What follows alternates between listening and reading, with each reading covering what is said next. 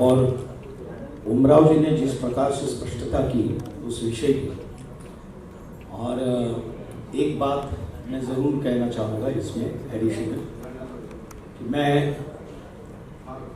इसमें मुख्य किरदार जो है सीएम का वो निभा रहा हूँ, और एक प्रदेश का मुखिया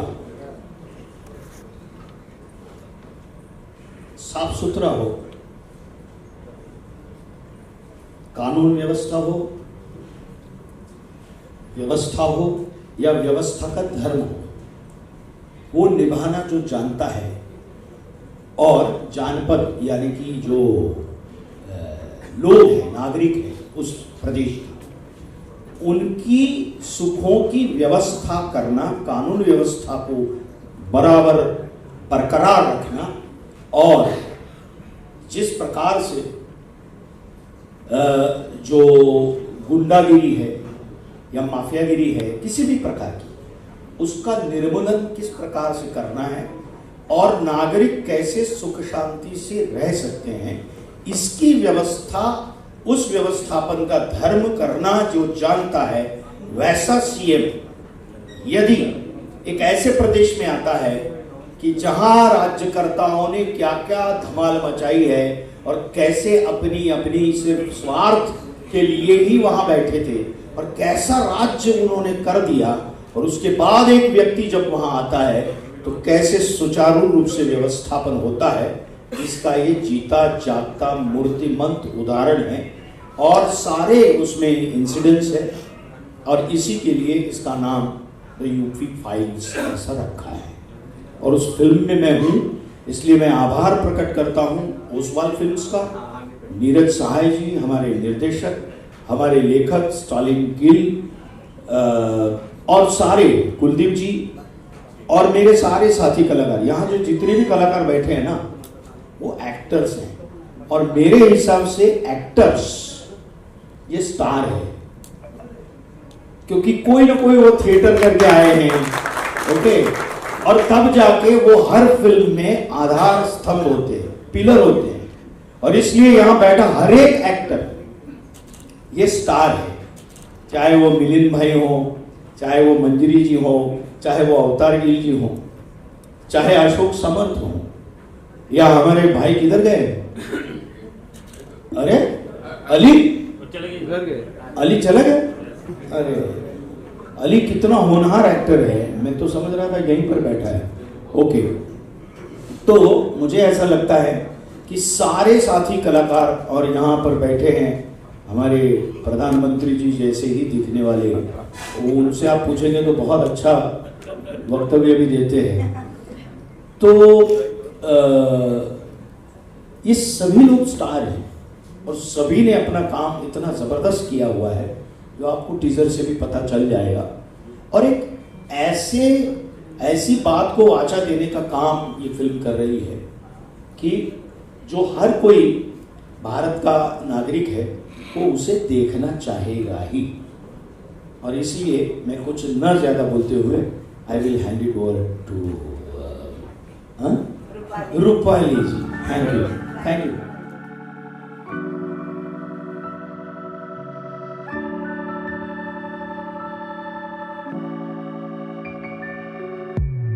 मुझे बोला गया था कि 1 बजे आना है, मैं लेट नहीं, मैं बहुत टाइम पे आ रहा हूँ। बहुत बहुत धन्यवाद। मेरे दोस्त हैं ये मनोज जी, और मनोज जी को मैं बहुत सालों से जानता हूँ, इनके काम को जानता हूँ। अवतार जी को बहुत दिनों बाद मिला हूँ। तो मनोज जी ने मुझे कहा कि मेरा इस फिल्म पे भरोसा है और मैंने अच्छा काम किया है, फिल्म अच्छी है, तो आप आ जाइए। और तो मैंने इनसे और कुछ नहीं पूछा और मैं आ गया।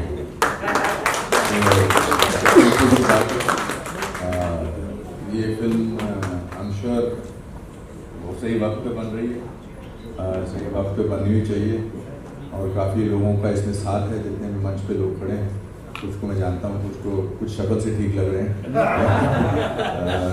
नेक लग रहे हैं, मेरा मतलब ठीक लग रहे हैं, मतलब नेक लग रहे हैं। और मुझे पूरी उम्मीद है कि thank you, I am happy to see you.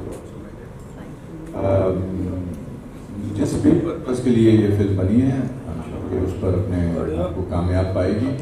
और मेरी शुभकामनाएं हैं कि ये इस तरह की फिल्में, अलग अलग किस्म की, अलग अलग थीम की फिल्में जो हैं, कश्मीर फाइल्स ने खोला एक रास्ता ऐसी फिल्मों के लिए भी जो लीग से हटके है लेकिन अच्छी जा सकती है अपने तथ्य के ऊपर।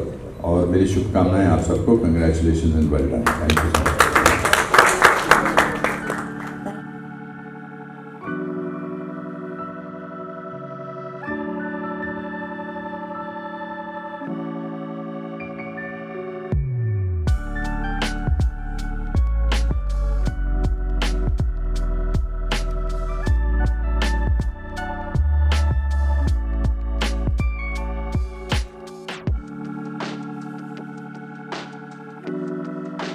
हूँ ऐसा नहीं हूँ, मतलब एटलीस्ट इन दिस फिल्म। तो thank you for inviting me here and it was a pleasure being a part of this film and definitely about my character. मुझे देख के आपको पता चला होगा कि मैं किस प्रकार का किरदार इसमें निभा रहा हूँ, तो मैं इसको एलाबोरेट नहीं करना चाहता हूँ। So thank you so much. Yes sir. और बोलना तो जो है वो बाकी सब लोगों ने बोल दिया। मैं ये कहूँगा कि इस इंडस्ट्री के अंदर हम सभी लोग, डायरेक्टर हो, एक्टर हो, म्यूजिशियन, कोई भी हो, सब लोग अपने अपने डिपार्टमेंट के माध्यम से व्यक्त होने का काम करते हैं। अपने सोसाइटी के प्रति, अपने आसपास की व्यवस्था के प्रति वो रिएक्ट होते हैं। मैं भी इस फिल्म के अंदर जो छोटा सा किरदार है मेरा, तो मैंने राइटर ने लिखे हुए शब्दों की भी इस व्यथा को साझा करने की कोशिश की है, जिसको हम ये कहेंगे कि व्यक्त होने की कोशिश की है। और आगे जाके भी ऐसे व्यक्त होते रहेंगे, पता नहीं कब व्यक्तता का वो एहसास लोगों को किस हिसाब से कनेक्ट हो जाएगा, ये फिल्म के बाद ही पता चलेगा। So thank you very much Naresh sir, आपने मुझे मौका दे दिया और ये बेहतरीन फिल्म जो आज के व्यवस्था के ऊपर भाष्य करने वाला एक सब्जेक्ट तुमने उठाया, ये डेयरिंग किया, और मेरे पूरे टीम के साथ आप सभी लोगों को बहुत बहुत शुभकामनाएं। Thank you very much.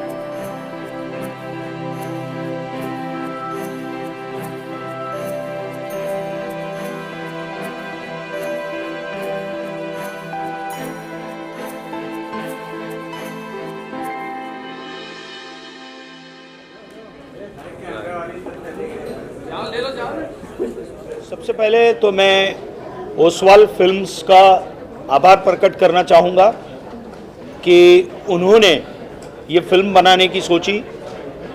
इसलिए कुलदीप उमराव ओसवाल जी का, प्रोड्यूसर का मैं आभार प्रकट करता हूँ एज एन एक्टर। और उनके जो पिताजी हैं उमराव ओसवाल जी, उनके जहन में ये बात आई और उन्होंने ये बात रखी, और नीरज सहाय जी जो हमारे डायरेक्टर हैं उन्होंने डायरेक्ट की।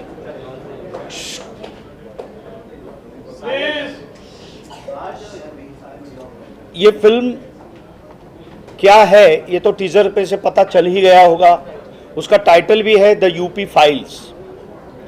आजकल सारी फाइल्स निकलने लगी हैं, कश्मीर की भी फाइल निकली, उसके बाद केरल की निकली। अब ये यूपी फाइल्स क्या है? तो यूपी फाइल्स ये है कि एक राज्य सत्ताधीश आते हैं वो या तो राज्य को बिगाड़ सकते हैं या राज्य को सुधारने का काम कर सकते हैं। तो जो लोगों ने आके बिगाड़ने का काम किया था यूपी को,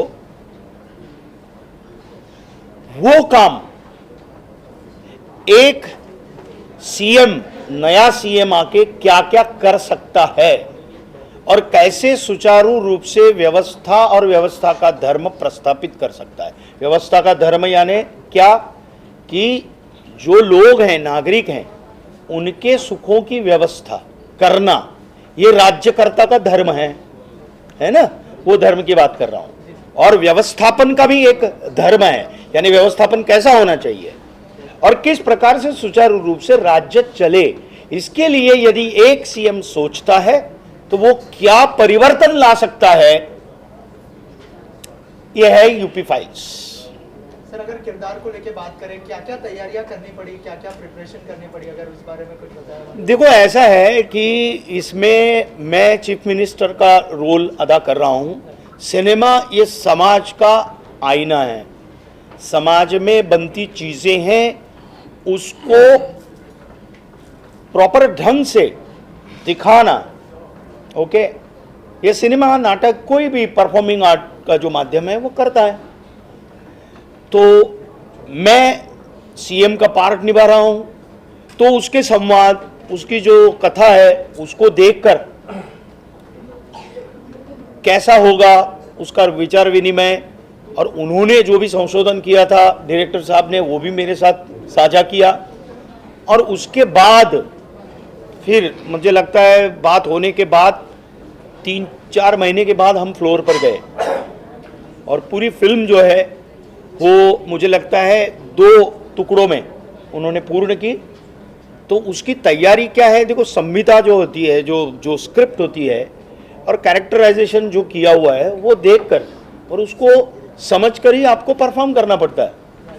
ओके, अब ऐसा नहीं है कि भैया आप किसी की मिमिक्री करो तो वैसे लगेंगे, ऐसे जरूरी नहीं है। उसका सोल क्या है, वो रोल का, उसकी आत्मा क्या है, वो समझ ले और परफॉर्म करे। वही मैंने काम किया है। सर, आने वाले लोकसभा चुनाव को लेकर मूवी लॉन्च की गई है क्या? ऐसा मैंने कहा? नहीं सर। मैंने कतई नहीं कहा। आपको जो समझना है वो आप समझिए। और ऐसा है कि समाज में हो रही बातें, हमारे आसपास हो रही बातें, वो तो कभी भी कॉन्टेम्पररी है ना। तो अब आपको लगता है कि ये आया चुनाव इसलिए ये फिल्म आ रही है, कि तो मुझे नहीं लगता ऐसा है। सर, एक फिल्म आई थी नायक, उसमें एक दिन का सीएम बने थे अनिल कपूर जी, उससे सिमिलर है कुछ थोड़ा? यहाँ एक दिन का नायक नहीं है ये एक दिन का नायक बना नहीं है। जो किरदार है मेरा, वो एक दिन का नायक नहीं है, प्रॉपर व्यवस्थित नायक है। कुलदीप जी, इस तरह के टॉपिक को टच करना ही बहुत बड़ी बात है, बहुत चैलेंजिंग काम है। एज अ प्रोड्यूसर, आपके साथ, आपके पास क्या क्या चैलेंजेस थे इस फिल्म को लोगों के सामने प्रेजेंट करने के लिए, और थोड़ा सा बताइए कि ये टॉपिक को चुनने का क्या आपने सोचा था उसके बारे में। फर्स्ट ऑफ ऑल तो पहले इनसे इंस्पायर होके हमने ये मूवी सोचा नहीं था, ऐसा था दिमाग में करेंगे। फिर एक दिन नीरज जी मिले, फिर काफ़ी बातचीत हुई, फिर स्क्रिप्ट लिखी गई, काफ़ी बार लिखी गई, उसको चेंज किया करते गए। फिर बाकी था ऐसा ही कि एक फाइल बननी चाहिए, एक फिल्म बननी चाहिए, फिर इंस्पायर होते हुए बन गई। क्या योगी जी से हमने बात हुई थी इस बारे में कि आपके नहीं, इंस्पिरेशन की बात कर रहे हैं वो, किसी भी चीज को लेकर इंस्पायर होना, किसी व्यक्तित्व को लेकर इंस्पायर होना, कुछ घटनाओं को लेकर इंस्पायर होना, क्योंकि कथा तो वही से ही बनती है, किसी भी चीज से इंस्पायर होके ही बात बनती है ना, है ना, वही वो कर रहे हैं। लेकिन सर, मैं आपको पूछना चाह रहा हूँ कि क्या आपने योगी जी से बात की है कि आपकी जो किरदार है आपका, उसके ऊपर हम फिल्म बनाने जा रहे हैं, और क्या ऐसा कोई प्लान है कि इसकी स्पेशल स्क्रीनिंग रखी जाए योगी जी के लिए? अगर इस बारे में कुछ शेयर करें आप।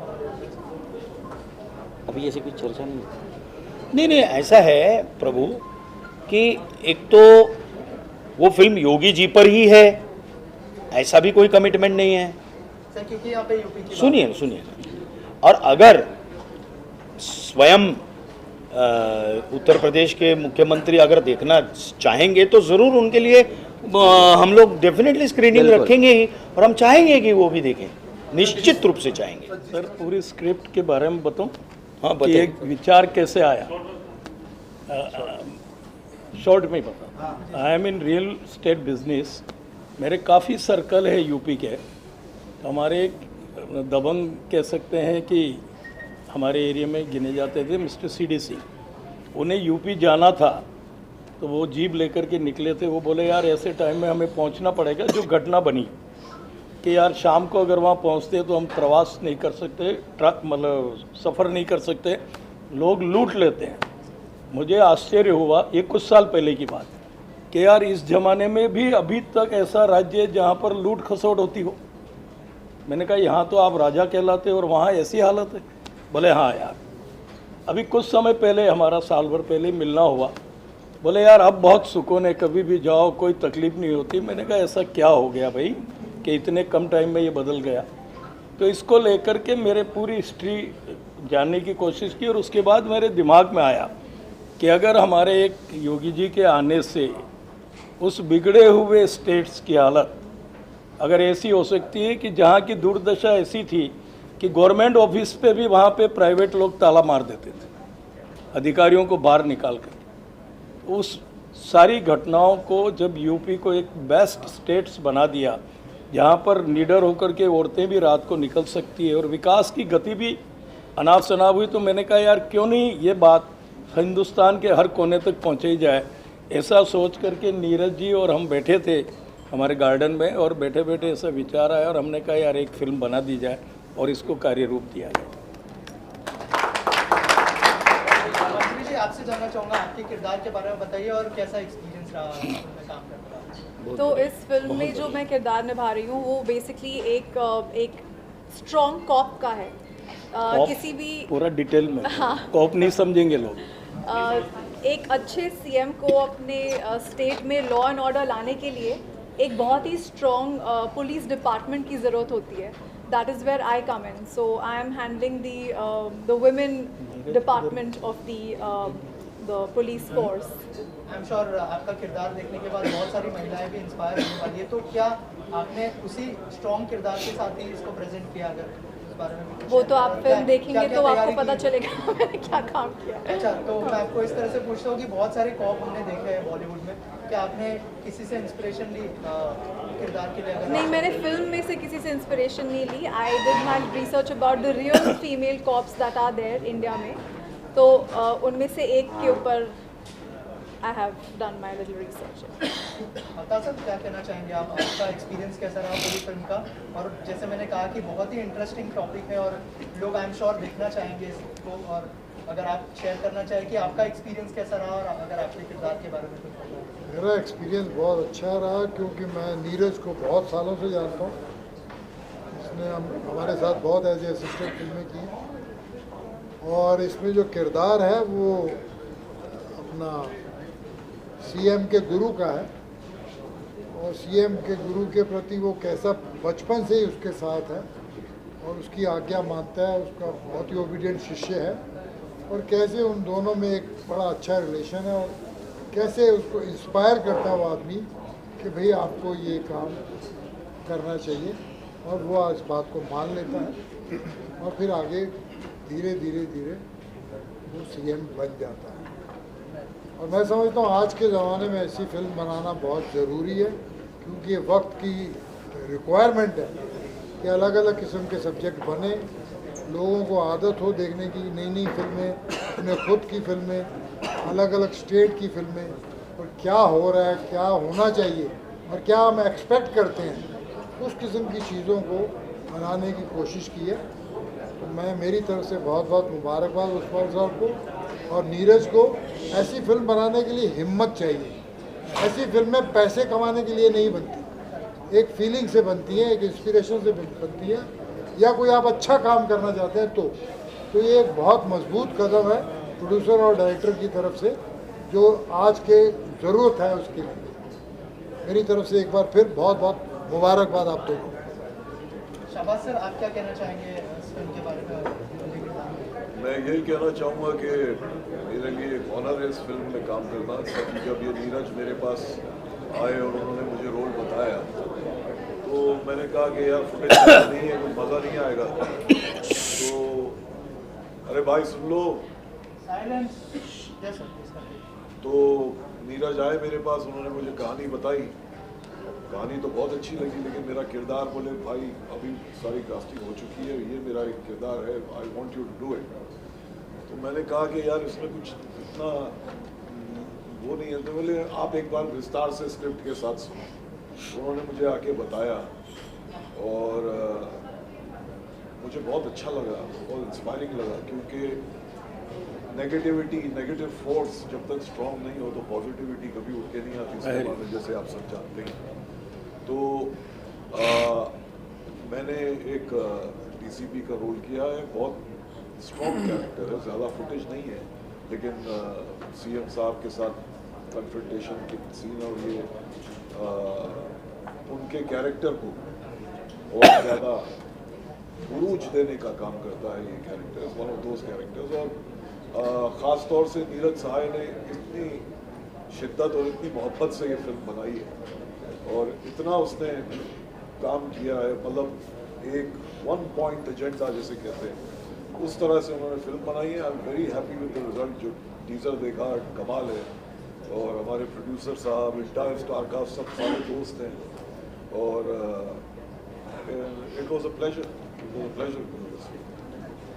मनोज सर, और एक चीज़ आपसे जानना चाहूँगा, जैसे अवतार सर ने कहा कि इस तरह के टॉपिक पर पिक्चर बननी चाहिए, और आपने भी कहा कि फिल्में समाज का आईना होती है, तो आपको लगता है कि ये फिल्म देखने के बाद और स्टेट्स को भी एक मैसेज जाएगा कि क्राइम रेट्स कैसे कम किए जाते हैं, और बहुत सारी चीज़ें और भी बताई जाएगी इस फिल्म के थ्रू? निश्चित। दूसरी प्रोड्यूसर साहब ने जिस तरह से विस्तारपूर्वक कहा, ये 1 मिनट आप लोग बात करना थोड़ा सा बंद करेंगे या तो आप बाहर जाइए। मेरा कहना इतना ही है कि एक स्टेट, एक राज्य जिसमें चाहे वो भूमाफिया हो, चाहे वो बंदूकधारी माफिया हो, चाहे वो किसी भी तरह के माफियाज हो, जिससे पूरा सिस्टम खोखला हो जाता है और जंगल राज हो जाता है, तो ऐसे जो व्यवस्था है वो बिगड़ गई है। और ऐसे में एक सीएम आता है उस प्रदेश में, और उस प्रदेश में माफियाओं से लेकर, सारे भूमाफियाओं से लेकर कैसे विकसनशील बनाता है उस प्रदेश को, ये कहानी है। और ये कहानी आवश्यक है लोगों तक पहुंचनी और जानी चाहिए। इसलिए प्रोड्यूसर का, नीरज जी का बहुत बहुत मैं धन्यवाद बार बार बोलता हूं कि इस प्रकार के विषय आने ही चाहिए और लोगों के सन्मुख जाने ही चाहिए। कि एक सेल्फलेसली काम करने वाला व्यक्ति जब आता है, कि जिसको कोई पर्सनल गेनिंग का इंटरेस्ट नहीं है, उसको एक ही गेन का इंटरेस्ट है और एक ही सुख में उसका सुख है, जो प्रजा का सुख हो वो मेरा सुख है, ऐसा मानने वाला जो प्रदेश का मुखिया है, वो मुखिया कैसे चेंज करता है पूरे प्रदेश को। और ये हमने अपनी आंखों से, हमने न्यूज में सब जगह देखा हुआ है, और यूपी में खासकर हम सब लोग परिचित हैं इस चीज से। और कैसे उनके आने के बाद यूपी विकास किस तरह से दिन प्रतिदिन बढ़ाता जा रहा है, हम आज भी देखते हैं। यूपी मतलब आज अयोध्या बना, अयोध्या के कारण पूरे उत्तर प्रदेश की जो इकोनॉमी है वो कितनी जबरदस्त तरीके से ये होगी। मैं तो एक खाली उदाहरण बता रहा हूं, अद्भुत उदाहरण है ये। उस प्रकार से चाहे वो फिल्म सिटी का भी माध्यम हो, अगर उत्तर प्रदेश की बात हो रही है इसलिए मैं बोल रहा हूं, तो जैसे कहा कि रात को निकलना मुश्किल होता था, एक थोड़ा जो माफियाओं से डर का जो माहौल था, ओके, वो डर खत्म कर दिया और विकास का रास्ता इतना जबरदस्त खोल दिया कि वो मतलब 6 रोड का रास्ता हो गया। तो ये बातें सब पहुंचनी चाहिए लोगों के समक्ष, है ना। तो आपके सवाल का यही जवाब है। Thank you sir. आप क्या कहना चाहेंगे लास्टली, अगर कुछ कहना चाहें हमारी ऑडियंस से फिल्म के लिए, और क्या आपसे सर? अशोक जी बोलिए। मुझे तो ऐसा लगता है कि जो भी बातें होनी थी वो सारी बातें हो गई अभी, और केवल फिल्म के बारे में मैं जिक्र करूंगा कि इंस्पिरेशन होता है। जैसे ओसवाल सर ने बताया कि 1 साल में परिवर्तन उन्होंने देखा, तो मुझे ऐसा लगता है कि ये इन लोगों का बहुत बड़ा बड़प्पन है। बड़प्पन इसलिए है कि कमर्शियल थॉट प्रोसेस इनके दिमाग में नहीं आएगा। मनोज जी ने ये कहा कि ये सोसाइटी का मिरर है, आईना होता है। हम लोग जो है इस माध्यम के जरिए हम रिएक्ट होते हैं, हम व्यक्त होते हैं। और एक बिजनेस अच्छा खासा चल रहा है, एक इंसान को ऐसा लगा कि मुझे अपने सोसाइटी और समाज के प्रति रिएक्ट होना है। उन्होंने सिनेमा या माध्यम चुन लिया, नीरज जी के साथ बैठकर स्क्रिप्ट के बारे में वर्कआउट किया। अब ये कहानी के अंदर बिगड़ी हुई जो व्यवस्था है, तो अब ये कहानी के अंदर जितने किरदार होते हैं उन सारी वृत्ति और प्रवृत्ति का प्रदर्शन ये सिनेमा है। तो उसमें से एक प्रवृत्ति का किरदार मैं निभा रहा हूँ, जो एक क्या कहते हैं उसे, बिगड़ी हुई इस व्यवस्था का नायक कहेंगे हम लोग। तो ये सोसाइटी से ही हम लोग उठाते हैं, सोसाइटी को ही हम लोग फिर वापस देने की कोशिश करते हैं। उसको करेक्ट करने की कोई ज़रूरत नहीं होती। कई बार वो लगता है, अगर लगे तो लगना भी चाहिए। तो मुझे ऐसा लगता है कि ये एक्सपेरिमेंट हो रहा है, होने जा रहा है, और इस एक्सपेरिमेंट का परिणाम भी नज़र आने लगा है। आपसे सवाल हैं, आप फिल्म के डायरेक्टर हैं, ये फिल्म दर्शकों को कब देखने को मिल सकती है, किस तरह से आप प्रमोशन कार्य ये तो 8 मार्च को रिलीज है प्लानिंग में, बाकी अभी आज से शुरू हो गया प्रमोशन, तो भी कंटिन्यू चलता रहे 8 तक। मैं सिर्फ ये कहूँगा कि आप लोगों की मदद के बिना काम नहीं होगा। आप सबकी हेल्प चाहिए ऐसी फिल्म में। आप लोग जितना प्रमोट कर सके, आपकी मदद के बिना नहीं होगा। विश्व गुरु बनाने आप सबको हम रिक्वेस्ट करते हैं कि आपकी मदद चाहिए हम लोगों को इस फिल्म के लिए, प्लीज। एक बात सर ने जो दोहराई है उसको ही मैं आगे बोलता हूँ कि जो एनिमल राज था, जो रावण राज था, उसको खत्म करके कैसे राम राज्य प्रस्थापित हो सकता है, उसका उत्तर है द यूपी फाइल्स। और दूसरी एक बात हमारे प्रोड्यूसर साहब और हमारे उमराव जी कुछ आपसे बातें करना चाहेंगे, लेकिन मैं मीडिया से प्रार्थना करता हूं कि इस फिल्म के लिए आप जितना हो सके उतना जनता के करीब जाए और जनता तक पहुंचाए।